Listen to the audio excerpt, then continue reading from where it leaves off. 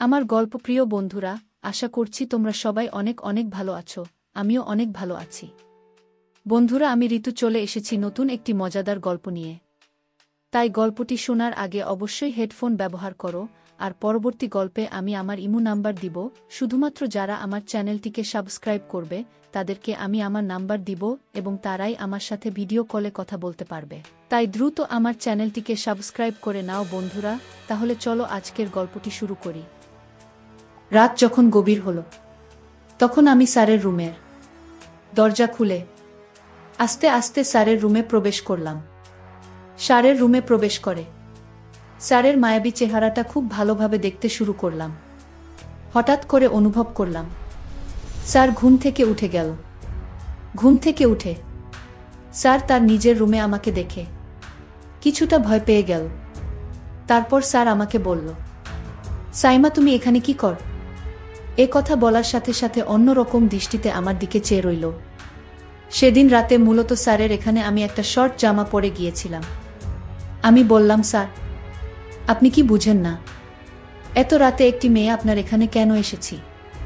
তারপর স্যার বলল, ওফ সাইমা, বুঝতে পেরেছি। কিছুক্ষণ পর আমি অনুভব করলাম কেউ যেন আমাকে পিছন থেকে ধাক্কা মেরে খাটের উপর ফেলে দিল। ধাক্কাটা এমনভাবে দিয়েছিল, আমি খাটের উপরে পড়ার সাথে সাথেই মাথাটা কেমন জানি চক্কর মেরে আমি পড়ে গেলাম। তারপর স্যার আমার সাথে যা করল বন্ধুরা, তা শুনলে বন্ধুরা তোমাদের মাথা ঘুরে যাবে। বন্ধুরা, গল্পটি অনেক ইন্টারেস্টিং। আশা করি তোমরা পুরো গল্পটি শুনবে। তবে গল্পটি শোনার পূর্বে তোমাদের নিকট আমার ছোট্ট একটি অনুরোধ, তোমরা সকলেই আমার চ্যানেলটি সাবস্ক্রাইব করে আমাকে সাপোর্ট করবা। হ্যালো বন্ধুরা, আমি সাইমা আক্তার পুতুল। আমার ডাক নাম পুতুল। আমার বর্তমান বয়স 25। আজকে আমি তোমাদের মধ্যে যে গল্পটি বলবো, তখন আমার বয়স ছিল মাত্র 14। আমি তখন ক্লাস 8-এ পড়ি। আমার বাবা একজন ব্যবসায়ী। ব্যবসায় কাজে তিনি প্রায় বেশিরভাগই দেশের বাইরে থাকতেন। আমার মা একজন গৃহিণী। আমি পড়ালেখায় খুব একটা ভালো ছিলাম না। তাই আমার মা বাবা ঠিক করল আমার জন্য বাড়িতে একজন লজিং মাস্টার রাখবে, যে নাকি সব সময় আমাকে পড়ালেখা করাবে, সব সময় আমাকে দেখাবে। আমার মা বাবার সিদ্ধান্ত অনুযায়ী আমার জন্য বাড়িতে একজন লজিং মাস্টার রাখল। লজিং মাস্টারটি দেখতে খুব হ্যান্ডসাম, অনেক সুন্দর ফর্সা, তবে একটু লাজুক টাইপের। লজিং মাস্টারকে দেখে আমার খুব পছন্দ হয়েছে এবং প্রকৃতপক্ষে সে খুব মেধাবীও বটে। সে সায়েন্স থেকে ইন্টারমিডিয়েট পাশ করেছে। গ্রামের বাড়ি মফস্বল এলাকায় বিধায় শহরে পড়ালেখা করার জন্য সে আমাদের এখানে এসেছে। আমরা শহরে থাকি, আর আমরা যে শহরে থাকি সে শহরে সে একটি ইউনিভার্সিটিতে পড়ালেখা করছে। প্রথমত সে মেসে থাকত, তারপর আমার আম্মু আব্বুর সিদ্ধান্ত অনুযায়ী সে আমাদের পাশেই আমাদের গেস্ট রুমে থাকে। আমার আব্বু তো বাড়িতে থাকতো না, ব্যবসার কাজে ব্যস্ত থাকত। আমাদের বাসায় কোনো পুরুষ লোক ছিল না। আমাদের বাসার লজিং মাস্টার কাজ ছিল আমাকে পড়ানো আর টুকটাক বাজার সদাই করা, আর তার নিজের পড়ালেখা।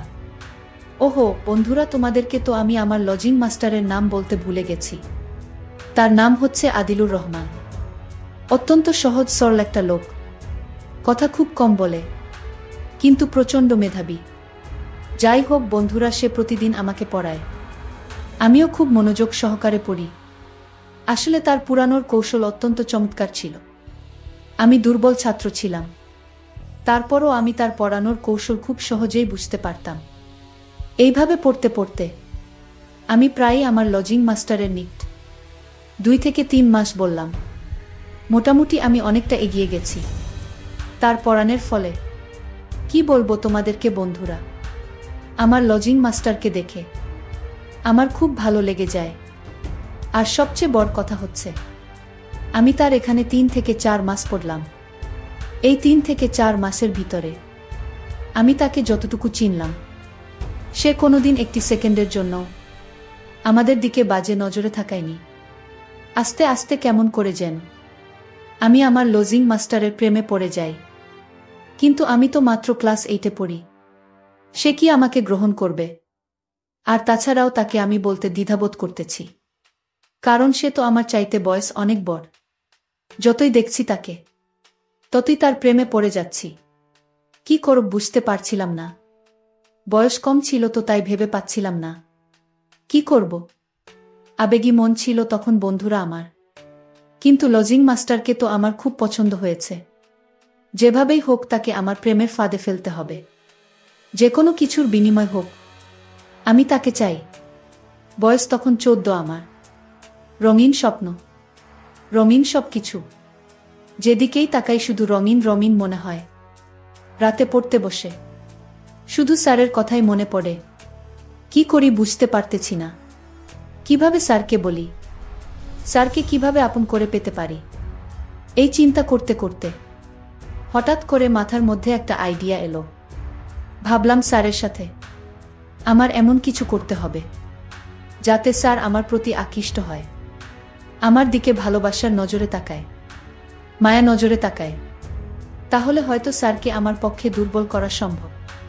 পরের দিন আমি একটি জিন্সের প্যান্ট আর একটি টি শার্ট পরলাম, যাতে আমাকে খুব আকর্ষণীয় লাগে। আমার সবকিছু যেন খুব ভালো করে বোঝ যায়, সে যাতে আমাকে খুব ভালো করে অনুধাবন করতে পারে। যেই চিন্তা সেই কাজ।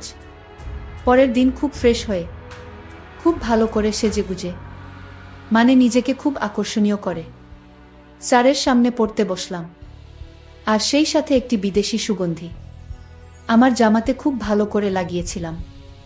আমি স্যারের কাছে পড়তে গেলেই স্যার আমার গায়ের এত সুন্দর সুগন্ধি দেখেই একটু ভালো করে নিঃশ্বাস নেয়ার চেষ্টা করছি। আর আমি যে এত সুন্দর করে সাজুগুজু করে আমার আকর্ষণীয় সবগুলো যাতে বোঝা যায় এমনভাবে সাজগোজ করে গেলাম। তা দেখে স্যার আমার দিকে হাঁ করে তাকিয়ে রইল। আমি বললাম, স্যার কি দেখছেন? তখন স্যার একটু ততভত খেয়ে গেল। তখন আমি স্যারকে একটু মজা করে বললাম, স্যার দেখুন, একটু ভালো করে দেখুন আপনার রাজকুমারীকে। আপনি চাইলেই এই রাজকুমারীর মালিক হতে পারেন। আপনার জন্য সকল দুয়ার খোলা। আমার মুখ থেকে এরকম ধরনের কথা শুনে স্যার যেন একটু শরমের ঘাবড়ে গেল। এত লাজুক টাইপের মানুষ আমি আমার জীবনে দেখি নাই। যাই হোক, সেদিন পড়তে বসে স্যার আমার দিকে অপলক দৃষ্টিতে মাঝে মধ্যে দেখলাম তাকিয়ে রইল। মনে মনে ভাবলাম, আমার ওষুধে কাজ হয়েছে। এভাবে স্যারকে আমি আমার প্রতি আকর্ষিত করার চেষ্টা করছি, কিন্তু স্যার তার দিক থেকে ছিল খুব অটল। এভাবে চেষ্টা করতে করতে প্রায় 3 থেকে 4 মাস চেষ্টা করলাম। তারপরও স্যারকে কোনোভাবেই আমার প্রেমের ফাঁদে ফেলতে পারি নাই। তারপর একদিন ভাবলাম, যেভাবেই হোক আমি আমার লজিং মাস্টার অর্থাৎ আমার স্যারকে আমার প্রেমে ফেলতেই হবে কোনোভাবেই। যখন আমি আমার স্যারকে আমার প্রেমের ফাঁদে ফেলতে পারছিলাম না, তখন বাধ্য হয়ে একদিন গভীর রাতে স্যারের রুমে গিয়ে আমি প্রবেশ করলাম। আস্তে আস্তে আমি দরজা খুলে প্রবেশ করলাম। তখন আমার আব্বু আম্মু ভাই বোন সবাই ছিল ঘুমানোর অবস্থায়। স্যারের রুমে ঢুকে প্রথমত আমি লাইটটা অন করলাম। লাইটটা অন করে ঘুমানো অবস্থায় ঘুমন্ত মুখটার প্রতি খুব ভালো করে নজর দিয়ে অনেকক্ষণ চেয়ে রইলাম। আমি যখন স্যারকে দেখতে ব্যস্ত মায়ার নজরে অনেকক্ষণ চেয়ে রইলাম। চেয়ে থাকার কিছুক্ষণ পর দেখলাম লাইটের আলোতে স্যারের ঘুম ভেঙে যায় এবং সে চোখ মিলিয়ে আমাকে দেখতে পায়। গভীর রাতে তার রুমে আমাকে দেখে সে খুব ভয় পেয়ে যায়। আমাকে দেখে সে কাঁপা কাঁপা গলায় বলতে থাকে, পুতুল তুমি এখানে কি করছো? যাও, এখান থেকে যাও। কেউ দেখে ফেললে আমার কলঙ্ক হয়ে যাবে, আমার বদনাম হয়ে যাবে।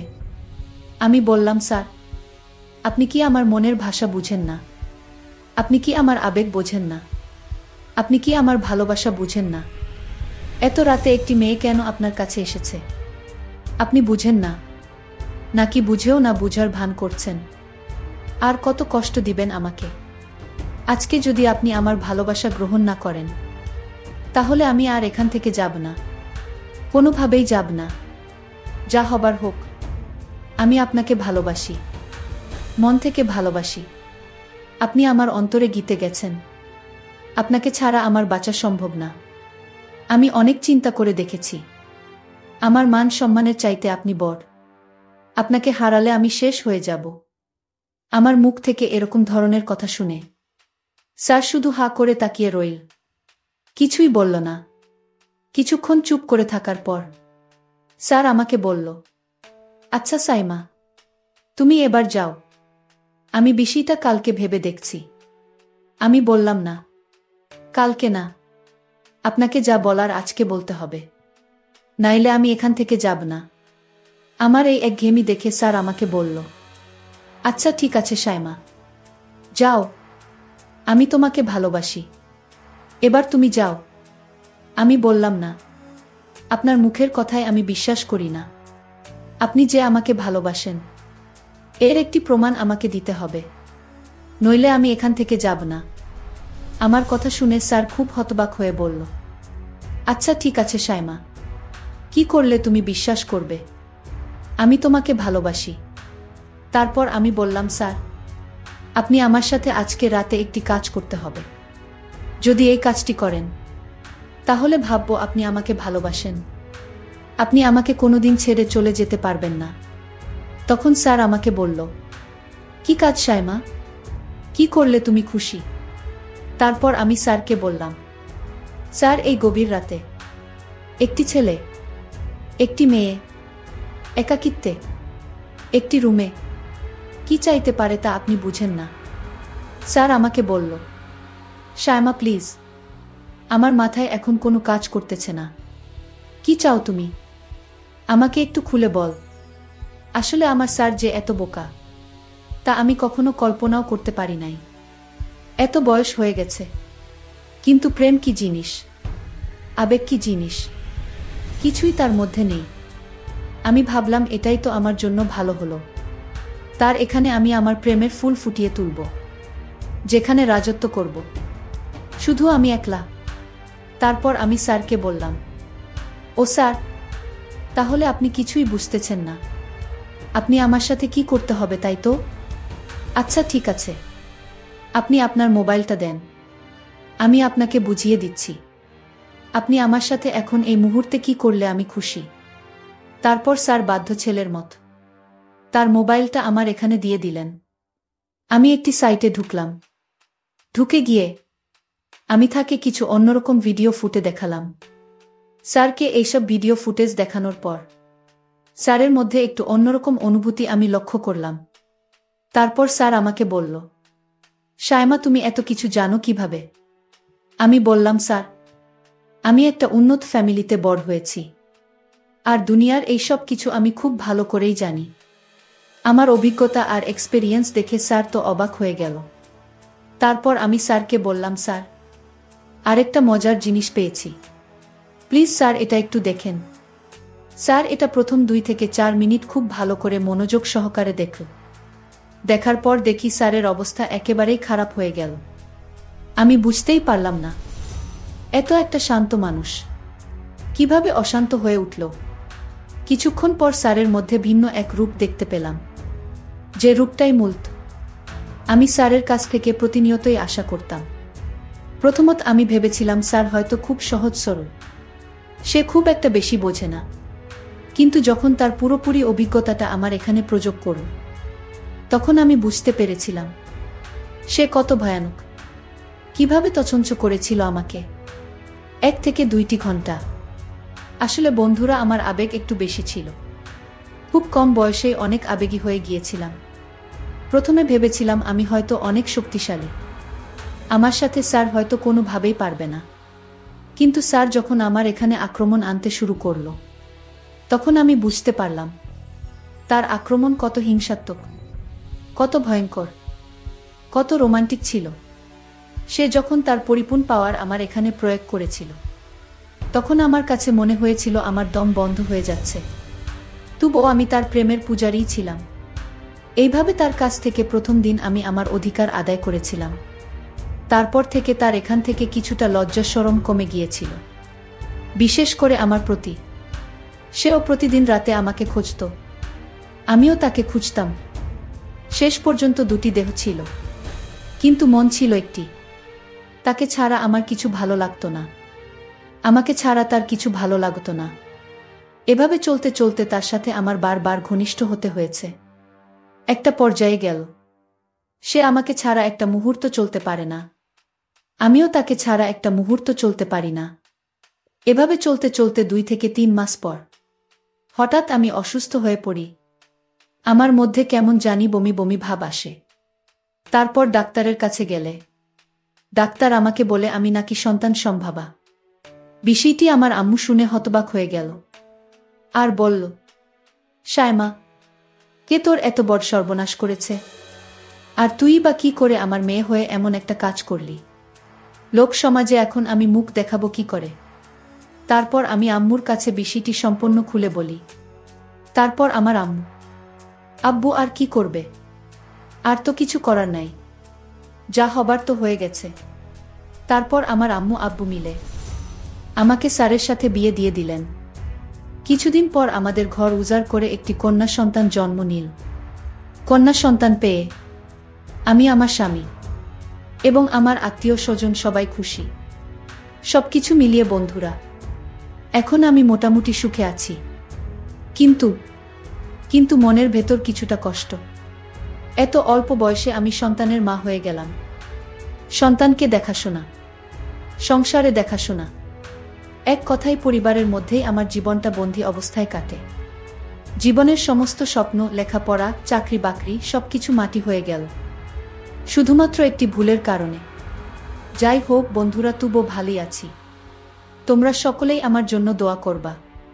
আমার কলিজার বন্ধুরা, গল্পটি থেকে তোমরা কি শিখতে পেলে তা নিশ্চয়ই তোমরা কমেন্ট করে আমাকে জানাবে। বন্ধুরা, আজকে এই পর্যন্তই। আবারও আসবো তোমাদের মধ্যে নতুন কোনো ভিডিও নিয়ে। ভিডিওটি যদি তোমাদের ভালো লাগে তাহলে একটি লাইক দাও। প্রতিদিন আমি তোমাদেরকে একটা করে নতুন গল্প উপহার দিব, তাই তোমাদেরকে অনুরোধ করে বলছি, তোমরা যদি এই রকম ধরনের ইন্টারেস্টিং গল্প পেতে চাও তাহলে দয়া করে আমার চ্যানেলটি সাবস্ক্রাইব করো। পরিশেষে তোমাদের সকলের সুস্বাস্থ্য কামনা করি। ভিডিওটি দেখার জন্য তোমাদের সকলকে অসংখ্য ধন্যবাদ। বন্ধুরা, আজকের গল্পটি এখানেই শেষ করলাম। যারা পুরো গল্পটি শুনেছেন তাদের সবাইকে আন্তরিক ধন্যবাদ। আর হ্যাঁ, সবাই আমার চ্যানেলটা সাবস্ক্রাইব করবেন। যারা সাবস্ক্রাইব করে রাখবেন, পরবর্তী ভিডিওতে আমার ইমো নাম্বার দেয়া হবে। তারা চাইলে আমার সাথে ভিডিও কলে কথা বলতে পারবেন।